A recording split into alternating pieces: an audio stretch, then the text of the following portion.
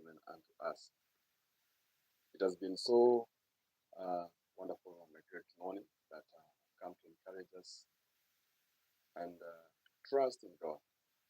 I know it might not be easy for some of us for the past days, and just fell in my heart to come and tell someone that it is important to trust in God. I know you've tried many things, you've tried your ways, you've tried here and there. But this morning, I want to encourage you that the Bible tells us that we do not lean not on our own understanding. Then, it also tells us that trust is a man who put their trust in man. Hallelujah. So, in all the things that you do, always put your trust in God. When you don't trust in God, then you mean there's somewhere else that you're trusting. And it doesn't matter the situation you're going through, it doesn't matter what is troubling your life. What I understand and know is that God changes everything. If only you can trust His process. Your process may not be my process, and my process may not be your process. And if you just open your ears to everything that people say, then you might end up losing your mark, and you might end up also getting so depressed in all your ways. I want to read in the book of and show you what actually makes people become depressed and also make people not actually lose the core. If reading the book of Proverbs chapter 12 and verses 19, the truthful lip shall be established forever, but a lying tongue is but for a moment. The moment you learn to tame your tongue, then you shall be sensitive in whatever that you'll be speaking.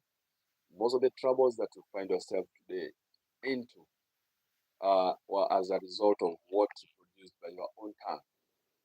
Remember, the devil doesn't understand what is inside.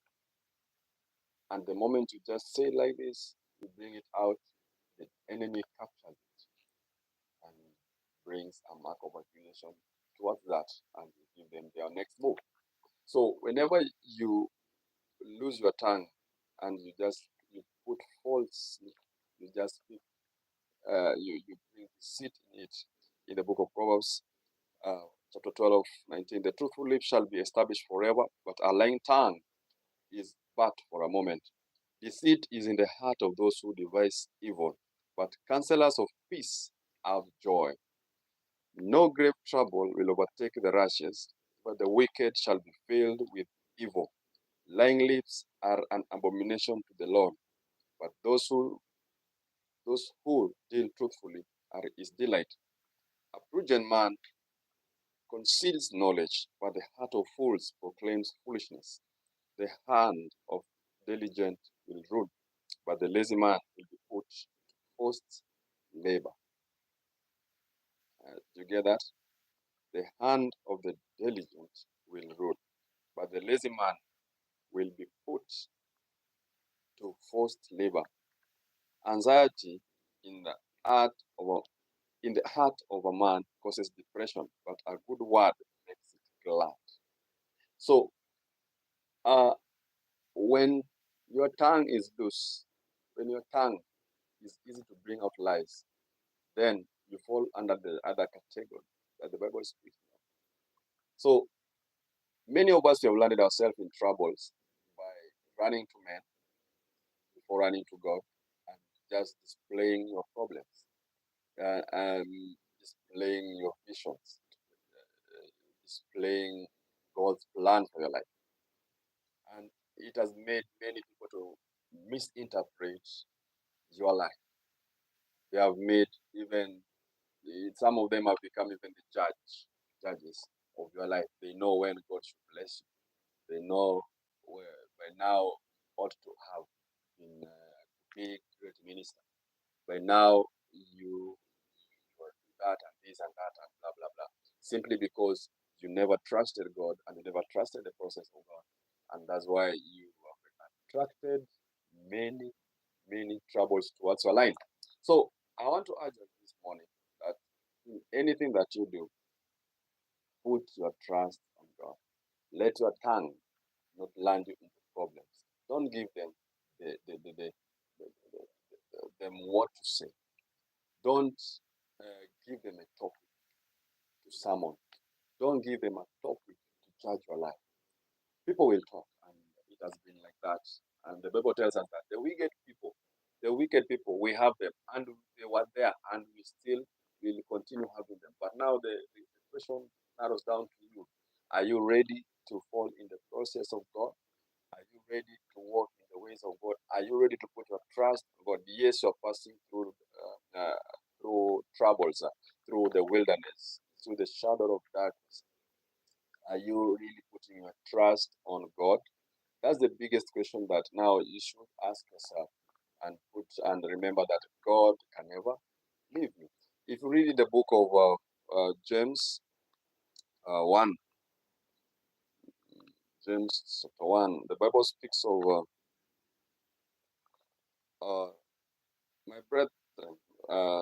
If you read from the verses 2, my brethren, count it all joy when you fall into various trials, knowing that the testing of your faith produces patience. But let patience have its perfect work, that you may be perfect and complete, lacking in nothing. If any of you lacks wisdom, let him ask of God, who gives to all liberally without reproach, and it will be given to him. But let him ask in faith with no doubting, for he who doubts is like a wave of the sea, driven and tossed by the wind. Yes, count it all joy when you fall into various trials. The Bible does not specify specific trials. It does not specify to this kind of trial. The Bible is telling us diverse problems, diverse trials. So it means the trials that you're passing through at this moment is one of the trials. So the book of James is just encouraging us that we should count it all joy. Why? Because through that trial that you're passing through, God is going to be seen in it. Your faith is going to be established. Your perseverance is going to be established. And when you come out, then automatically God is going to be proud of you. So whenever you're passing through any kind of trouble, any kind of trial, and you feel that you're drained and you are drained, put your trust on God, and it shall be well with you. Uh, Many are the times that we have gone astray and we have seen like God has left us. No, God has not left you. The only thing that is going astray is that you have gone through a lot until now you began to doubt God, and God cannot compromise His process because of you. When you become perseverance, when you become faithful to God, when you put your trust on God, then automatically He comes through for you, because He will take you from one level to the other, from one level to the other. Other people's opinion may take you astray, and you begin to wonder, wow, am I left alone where by now I should? And people will tell you, now by now you ought to have been living a good life. Are they the author of your life? No. Your life is specially designed by God. And God knows very well that at a certain point, He knows when to elevate you. At a certain time, He knows where you should be. So long as you trust the process of God, you trust in God, then automatically you are going to find yourself with less troubles. You're going to find yourself with less stress, and God is going to be faithful for your life. And this morning and from today, do not put your trust on man. Man's opinion may be so thriving today, but tomorrow it will be different. People will see you as a failure today, but tomorrow God knows the verdict of tomorrow. So don't compare your life with anyone. Trust the process of God in anything that you do. The Bible speaks of someone called Joseph. When Joseph was was given the promise, he was only shown the palace. Hallelujah. If at all God would have shown, had revealed to Joseph about the pit, about the Potiphar's wife, about the prison, I wonder what Joseph would have done. It means the process of God would have been altered. And that's the case with us. You may have the vision, but you may not understand the process. You may see it, but now inside here there is a test that you have to undergo.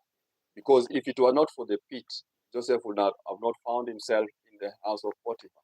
If it were not the house of Potiphar through the Potiphar's wife, then Joseph automatically would have not found himself in prison. And if it was, he wouldn't have gone to prison, then he wouldn't have landed into palace. So all this, I want to tell you that anytime you have the vision, stick to that and put your trust on God, and it shall be well with you. This morning, be encouraged, be energized as you click on your errands, as you do your errands, as you walk in your embark on everything that you're going to do today. And it's my prayer that God is going to visit you divinely, whatever situation you're going through, and take heart, be encouraged. Whatever that you find your hand to do, trust in God. When your house is not in order, trust in God. When you don't have anything to eat, trust in God. When you're facing rejection, trust in the process of God and put your trust on God. Believe that there's a time that Israelites had no food, but God provided the food. They had no water, but God provided the water. Then the Bible that think of the birds of the air. Do they not clothe themselves? Do not they drink? How about you? Are you not special than them? So when you put so much worry in your life, then it becomes trouble, my brother, my sister. May God bless you, and may God bless you. Stay on the call. Do not lose your ministry. Do not compromise your ministry. Do not be hastened by what people say. People will tell you that by now you should be having a big church. By now, because of your age, you ought to have done so much. By now, you ought to have established family. By now, oh, blah, blah, blah, blah. And a lot of things. But are they, yes, they are saying it is an opinion. But have you gone back and asked God, am I in the track of God? There is a marathon that you may run, but it's landing you nowhere. Yes, you may run a quick race, but at the end of it, there is a trap. But when you're in the process of God, it doesn't matter how long. The story of Jesus, we see the story of Jesus when at 12 years he was at the temple.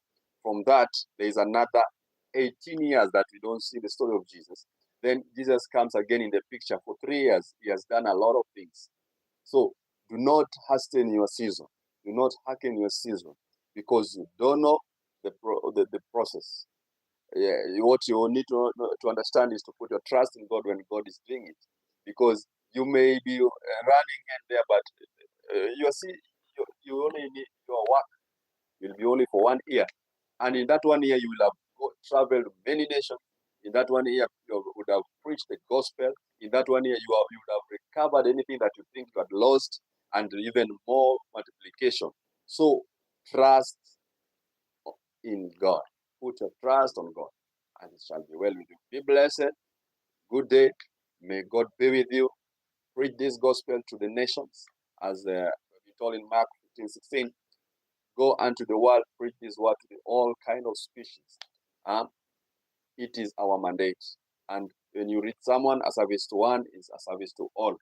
May God bless you, and may God bless you, those who are doing a great job in the kingdom, the ministers that are taking charge and transforming and elevating lives.